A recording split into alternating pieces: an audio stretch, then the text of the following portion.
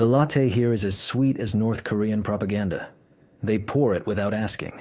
And for the third time this trip, you've forgotten to warn them. You're sitting on the second floor of a coffee shop at Kuala Lumpur Airport, looking down through the glass railing at the departure hall. You're not nervous, just waiting. They're different things, and you know the distinction better than most people on this planet. Something is happening downstairs. People are parting to form a circle. Someone is already running. 2 airport service personnel appear, then 3 more. In the center of this circle, a person lies on the marble floor. You watch calmly from above, the way one might view a delayed flight, with a strange feeling. You'll understand what I mean in a moment. Down there, your older brother, Kim Jong-nam, is dying right now. He's 50 years old, has lived 5 lives in different countries under various names. He's intelligent, charming, witty, and he's just had a dose of poison sprayed on his face by 2 women hired by a man contacted by a man you wrote to. The chain is long. That's precisely why it works. A few minutes. That's how long it takes for the poison to finish its work. You sip your latte and watch the man who once cradled you as a child convulse. No one in this airport is looking at you. No one knows who you are. A woman with coffee on the second floor? That's all they see. It's the most satisfying feeling in the world, knowing what no one else around you knows, holding a thread that no one else sees, watching a scene unfold below that you orchestrated over 3 months of negotiations, coded messages, and 1 meeting in Macau, in a waterfront restaurant where you and your handler sat at adjacent tables without once looking at each other. Michael Corleone, in the finale of The Godfather, sits in church while the heads of the 5 families are being assassinated across New York. He is the Godfather, holding a child over the baptismal font, the embodiment of piety while his men do the work. You always understood that image better than critics explained it. But you're not Michael. You're better. You are Kim Yo-jong, Kim Jong-un's sister. In the West, they call you a ruthless bitch, a gray eminence, the leader's shadow. Journalists love grand metaphors, and they get paid for them. At home, they call you Tongji, comrade, and when that word is uttered alongside your name, there's a particular intonation.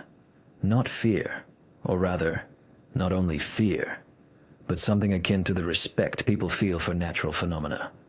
For a thunderstorm, for example. A thunderstorm is neither cruel nor kind. It simply is, and it's best not to be caught in the open when it begins. You are 37 years old. Officially, you are Vice Director of the Propaganda and Agitation Department of the Workers' Party of Korea. Unofficially, you are the person without whom your brother, Kim Jong-un, makes no significant decisions. Even more unofficially, according to a number of analysts from the CIA, MI6, and South Korean intelligence, you have effectively been running the country for several years, while your brother handles the public-facing aspects of the job. Your brother is the storefront. A beautiful, monumental, recognizable storefront. You are what happens inside the store. But all that comes later. Now, I'll tell you how you ended up in Malaysia, why you eliminated your own brother, and what it's like to be Kim Jong-un's sister. Let's rewind. Bern, 1996. You are 13. Your name is Park Yoon-suk. You're from South Korea. Your dad is a trader. Your mom is at home. Everything is quiet. The cover story is simple, and you wear it like a comfortable jacket. You slip it on, zip it up, and no one looks twice. In the neighboring apartment lives Uncle Seo, an undercover guard who brings Korean cookies in boxes from Zurich and knows the cover story better than his own name. In a parallel class, under the name Park Un, sits your brother, Jong-un, 14 years old, chubby, in love with basketball, and eating during breaks with such enthusiasm that the homeroom teacher once delicately asked Uncle Seo if the boy was all right. Uncle Seo replied, "A good appetite. It's a family trait." That's true. It's very much a family trait. At school, you and your brother are strangers. You agreed on the plane. An adult handshake, serious faces, no talking in the hallway. Every evening at home, you debrief the day like intelligence agents. He talks about basketball and how the Swiss laugh for no reason, just because they're in a good mood, which sounds like a diagnosis to him. You tell him about Jonas. Jonas sits next to you in biology. Rosy-cheeked, with a thermos of cocoa, he shares without being asked. In the third week, amidst cells and chlorophyll, he turns and asks, "Where are you from?" "Korea." "North or south?" 3 seconds of silence. Not because you're thinking. A pause is already a tool. You know that at 13 as firmly as the multiplication table. "From Korea." Jonas nods and never asks again. He'll grow up, become a financial consultant, live a quiet Swiss life, and never know that for 3 years he sat next to the person who would control a nuclear arsenal. A good life. The right choice. That evening, you tell your brother. He chews a cookie, listens, and says, "He was just being polite." No, a polite person would have asked again. He understood he shouldn't. That's different. Your brother thinks for a second. He nods. He always agrees when you're right, without fighting for his ego, without, "Well, I don't know." He just nods. It's his best quality, and it will stay with him forever. That's why you love him, genuinely, without politics, just a sister loving her brother. Switzerland lasts 3 years, and during those 3 years, 2 things happen simultaneously. Park Yun-suk goes to school, does homework in German, takes class trips to the Alps, drinks hot chocolate at mountain passes, and listens to Jonas explain skiing. Kim Yo-jong, in parallel, reads everything she can get her hands on, Machiavelli in German, Tocqueville, Orwell, whose very existence is classified back home, so he's not even on banned lists. Hannah Arendt on totalitarianism. She reads Arendt twice, some pages 3 times. Not because it's difficult, but because it's recognizable. Because she describes the mechanics of power with the precision of a good engineer, and you read it like a technical manual for the country where you were born. One February day, wet snow falling outside, your brother watching basketball, you find a report about North Korea in the Swiss news. Starving children, figures, photographs. The journalist's voice is calm, and that calmness makes it worse than the photos themselves. Your stomach clenches physically, like a fist inside. You sit and watch. Your brother catches sight of the screen, falls silent, and watches too. A long pause. Then he says very quietly, "That's propaganda." You're silent for 10 seconds. Probably. You never speak of it again. Not then, not later. Not even 20 years on, when both of you will have real power to change things. There are some things it's easier not to touch. That's also a skill, knowing which. Doors not to open. You learn it at 13 in Bern, amidst wet snow. It will come in handy. Your father brings you home in 99. Pyongyang after Bern is a physical blow. Not because it's worse, or rather, not only because it's worse, it's simply a different dimension of reality, a different gravity. Here, everything is louder, brighter, denser. Portraits of leaders on every building, loudspeakers, columns of people in the squares, and that particular Pyongyang air, a mix of coal smoke, dust from the avenues, and something intangible you could call the collective tension of 40 million people trying very hard to appear correct. Your brother returns to the school for children of the nomenclatura. You do too. But something changed during those 3 years in Bern. Not in the country. The country is the same. But your perspective changed. You now see the system from both outside and inside simultaneously. And this dual vision is the most valuable skill that emigration provides, even forced emigration, even with a fake passport. You see how propaganda works, not because it's good or bad, but because you've seen how it can be different. You see where there's play in the mechanism, where it rubs, where it creaks, but holds. This knowledge isn't abstract, it's physical, like being able to feel the unevenness of a road through the sole of your shoe. Your father notices this in you before you even realize he notices. Kim Jong-il, a man with whom even his own children speak as if in an audience, one evening keeps you after dinner and says very simply without preamble, Jong-un will be next. You nod. You wait for more. He'll need someone beside him who thinks. You stay silent. You understand? It's not a question. You will think for two, if necessary. This isn't a job offer. It's an assignment of destiny. Normal families don't converse this way. But you are not a normal family. You are the state, and the state does not ask for consent when making appointments. You think then, what if I want to think for myself? You remain silent, of course. Next, university. Kim Il-sung University, naturally. There's no other option, and no one offers one. The faculty, officially political science, unofficially a school of survival within a system that devours its own with the same regularity it produces new ones. Here, for the first time, you see how fear functions as an administrative tool, not in theory, as Arendt described, but in real life, in the way people enter a lecture hall, how they sit, how they answer a professor's questions, the pause before an answer, not because they're thinking, but because they first check the answer for political safety. A reflex, like blinking. In your third year, an incident occurs that explains much about how the system works from the inside. A party history lecturer, Professor Ryu, in his late 50s, a medal on his jacket, a voice as trained as a newscaster's, makes a slip of the tongue during a lecture. A small one. He states the date of an event a year earlier than officially accepted. Factually, he's correct. Archival data confirms it, you know, because you've read it. But a different date is officially accepted, and the official version isn't a version. It's the truth. And any deviation from the truth isn't a mistake. It's a political stance. At the next lecture, Professor Ryu isn't there. He's no longer anywhere. Not at the university, not at home, not on any list of living people discoverable through official channels. He simply vanished, like a word erased with an eraser. The new lecturer states the correct date, and no one asks anything. You sit in that lecture and think, the system doesn't devour those who make mistakes.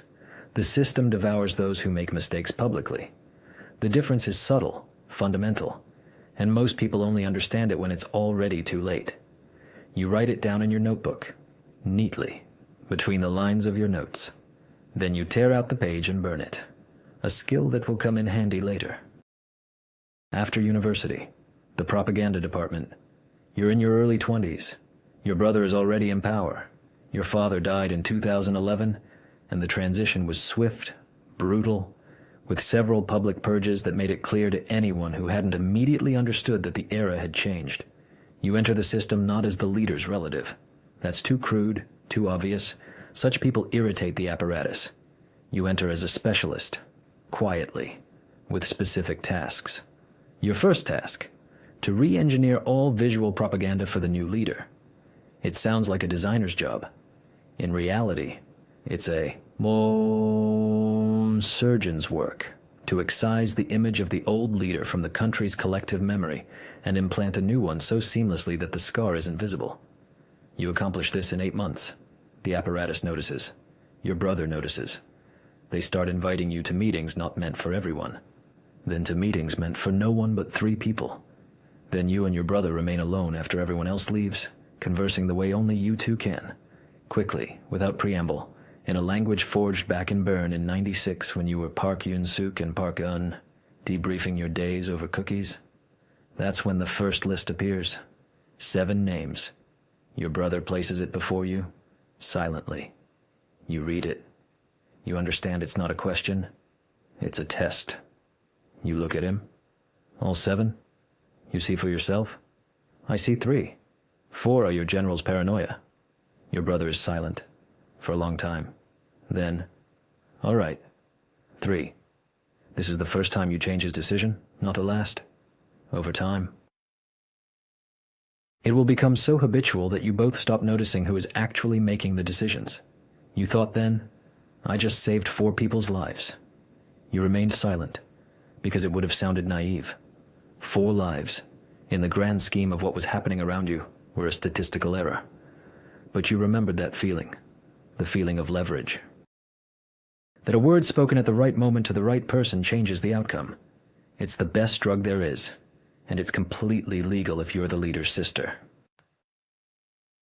From then on, it was fast. Positions, authority, sanctions lists in the West. The US added you in 2017, the EU a little later, the Japanese too. It's flattering, to be honest. Sanctions lists are for people who genuinely influence things. Decorative figures don't make it onto sanctions lists. There's no need to restrict them. 2017 was a busy year overall. February, Kuala Lumpur, the airport, Yongnam. Your older brother had long been a problem, not because he genuinely sought power. He himself had renounced it during your father's time, left, disappeared into Macau casinos and interviews with Western journalists. The problem was elsewhere. He existed. A living, alternative Kim. That's a tool in foreign hands. The CIA worked with him. That was no secret. Never had been. South Korean intelligence, too. As long as he was alive and accessible, he was a resource for those who wanted to rock the boat. Not in himself, but as a symbol. As a focal point for those who needed an alternative version of legitimacy. The decision had been ripening for a long time. Your brother postponed it several times. You didn't rush him. Rushing such matters means taking responsibility for the decision, and that's not your style. Your style is to create conditions under which a person makes a decision themselves and considers it their own.